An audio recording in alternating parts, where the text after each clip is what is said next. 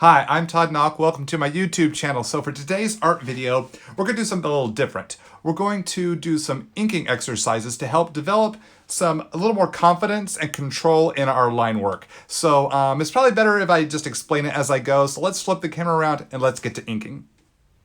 Okay, so I have a piece of, actually this is a comic book backing board. Comic book backing boards are great to draw on because they're acid free, so they'll hold up over the long term of life. They won't degrade or, get all yellowed, ideally. They have a slick side, which I do not like to draw on, and then they have kind of this more matte sort of side. This is the good side to draw on. The slick becomes a mess.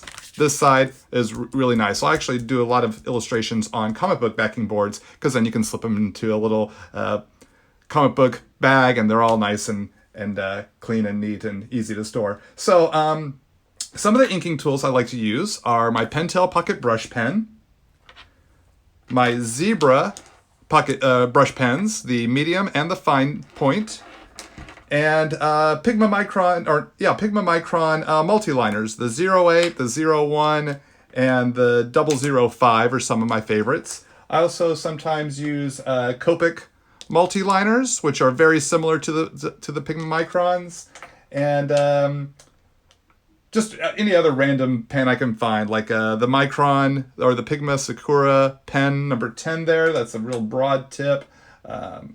I just come across all sorts of types of pens, but these are the ones I use most of the time. These are my tried and true go-tos. So let's try some inking drill exercises. So with these drills are things you can practice, because with our practice we gather confidence. We can grow in confidence in our skills. So and these are things that I did and things I learned from the inkers I worked with at Extreme Studios back in the early days of my career. So I would see my inker Larry Stucker just doing this, just taking his pen and making these long strokes. So when I first tried doing this, they would kind of come out like that. Actually, that's kind of a cool line. It's kind of hard to unlearn what I've learned. But if you just filling up a page doing this, and you can get this nice long stroke so that whenever you need to ink something that has a nice long line, you can hit it. You can capture it in that one stroke there. So so just fill up a page doing this and see how long you can make the stroke where it's one long confident line.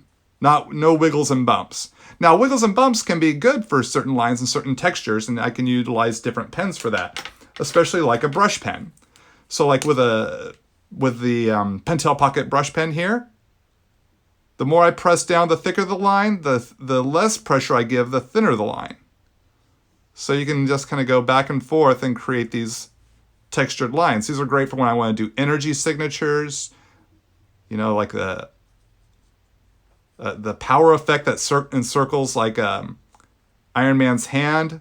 So just play around with it and get a feel for what the brush can do, what the nib of the pen can do. You can also do lines with this as well, and it creates kind of a nice, cool dry brush sort of texture, which is great for putting shadows underneath your figure. Makes it look very organic. Let's see, like with the Zebra brush pens, you can get similar types of lines. The Zebra brush pen is kind of halfway between the nib of a Micron and the brush of the Pentel brush pen. So you kind of can get a little more control.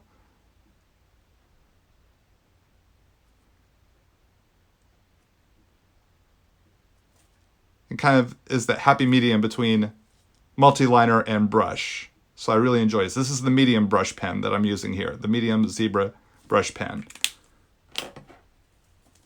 Come in with a fine tip brush pen. Similar sort of look, just the line is a little thinner. So I can get tighter details with this. Now, what I like to do with the 01 and 05 Pigma Microns are little details, the finer details. So what I'll do are these little tick marks and just layer them in rows. And just fill up a page doing this. This is great for drawing like facial hair or arm hair, certain types of textures that might need to look kind of like, I don't know, grass or something like that. So sit there and curve in these little tick marks, smaller, shorter strokes. Turn the page around, come from the other direction.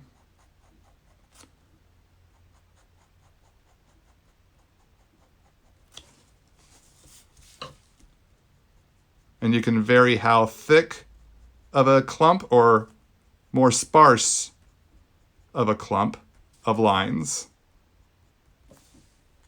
And you can just fill up a page doing that.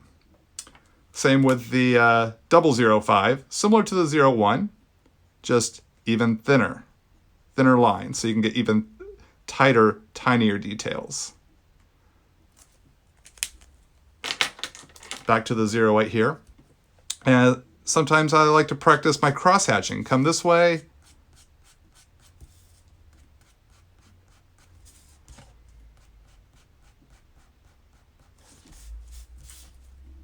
And just fill up a page of cross-hatching. That's turning the page, and the lines go over each other in different directions. Maybe 4 to 6, 7 lines per directional clump, for lack of a better term. Or you can create like an object, like so say we have a sphere there. You want to practice your shading. So if the light source is coming from this way, coming down here, you can practice doing some cross-hatching for the shadow of the sphere here, which would play into cross-hatching for muscles or just about anything else that you're illustrating, because everything is just, all shading is here is just conveying what that shape is. And when you're doing your cross-hatching, you want it to conform and inform the shape that you are drawing.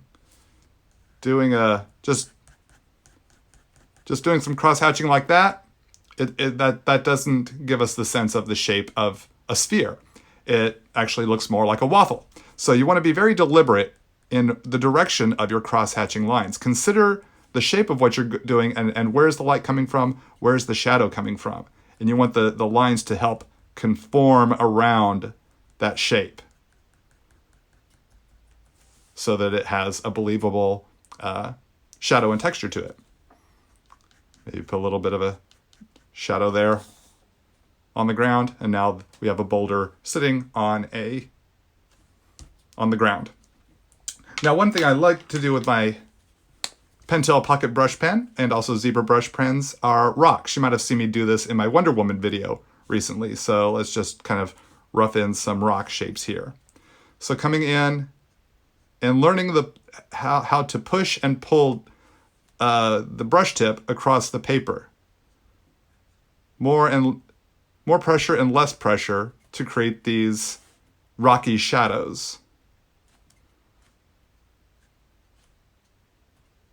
So just play around with how much pressure to give, how many dark areas to create, how many light areas to leave in there to create a somewhat natural sense of a rock. Happy little rocks. Sometimes you just put a little dot here and there, just a little rubble. And sometimes I like to come in with the one of the microns here, and then just put some what these were called is a fade. We're fading from the light to the dark, so it's the gray transitional area. And texture out the rocks with a little more, put some little flecks in there, but create some fades. Now the lines are pulling from the light source down into the black. So I'm very deliberate in the direction I'm putting my fade, my cross-hatching lines. Though they're not really crossing with any, it's just one direction cross-hatch. We crossed a little bit here. And you crossed as necessary depending on the angle of the rock shape. So the more lines I add in here, the darker I'm making this scenario, this outcropping of rocks. And if you're afraid of overworking it, always start with less, because then you can always add more. And sometimes it just takes practice in learning and how to know when you're done. So there we go, there's some rocks. Drawn just straight with ink pens, didn't even have to pencil them in. Just practicing. Let's see, let's readdress that whole energy signature here. So we have a fist here. It's Iron Man, so we're gonna give him it's classic Iron Man, so he's got the banded metal hands. Okay, so trust me, that's a fist. Very, very cartoony fist. So what I'll do with let's go back to, I love using the Pentel Pocket brush pen because the brush tip really allows for some really chunky bloops. See how it bloop, bloop, bloop? Just bloop around. Kind of almost get that Kirby crackle sort of vibe going. How Jack Kirby would do that. Don't know if this is how he did his, but it's how I do mine. That kind of looks like his. And fewer crackles further out. Kind of showing a gradation. Maybe one or two on the inside there. So now, and then you put your orange or yellow or pink inside there, and then you got this glowing hand. Then you have the red gauntlet there. Now, sometimes we can do a different type of power signature. Let's draw another fist. And I like to use my zebra brush pens for this. It's almost kind of a cross-hatching sort of nature.